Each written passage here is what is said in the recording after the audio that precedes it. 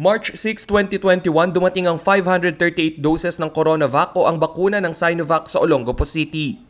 Ito'y bahagi ng 600,000 doses ng Chinese-donated vaccines na dumating sa Pilipinas noong February 28. March 7, isinagawa ang kauna-unahang COVID-19 vaccination sa buong Central Luzon.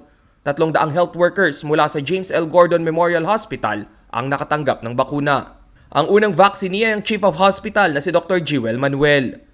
Wala po akong naramdaman, itusok lang po. Yung pagkabigay po sa akin ng vaccine po ay parang normal na flu vaccine. Wala po tayong naramdaman na any reaction. Tumanggap din ng Sinovac vaccine ang ophthalmologist na si Dr. Luigi Lipumano Garcia. Aniya, kaliwat ka ng information dissemination ng kanilang ginagawa sa syudad upang mahimok na magpabakuna ang 70% ng kanilang higit 233,000 population.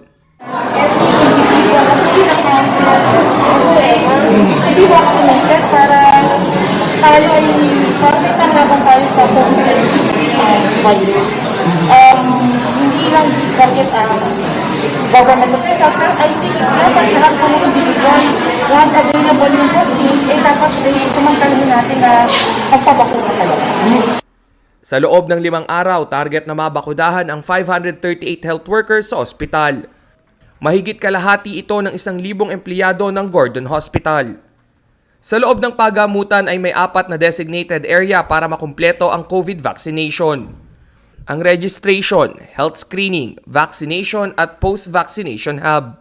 Ayon sa city government, naglaan na sila ng 25 million pesos para sa pagbili ng karagdagang bakuna sa oras na kulangin. Subalit matinding balakid pa rin umano ang global supply shortage. May karapatan pa rin umanong tumanggi at pumili ng bakuna ang mga residente ng Olongapo. Bawat nagpabakuna ay makatatanggap din ng vaccination ID, kung saan mayroon itong QR code na maaaring iscan bilang patunay na ikaw ay nakatanggap na ng COVID vaccine.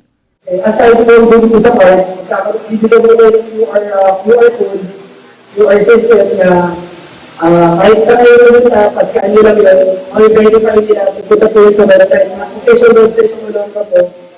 Ano po nila, mag-verify po agad nila na kung nabakunahan kayo, kung kailan, kung ano nila sa inyo, lahat po yun available dito. Base sa Phase 3 data result na inilabas ng Sinovac, 50.65% ang overall efficacy ng CoronaVac.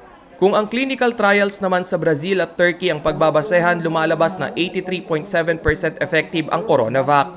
At 100% ang prevention nito upang maiwasan ang anumang hospitalization o pagkamatay dahil sa COVID. Base sa latest COVID bulletin ng Olongapo, umabot na sa 1,067 ang confirmed cases sa lungsod. 1,007 ang recovered, 47 ang namatay at 13 ang active cases. Rainiel Pawid, CLTV News.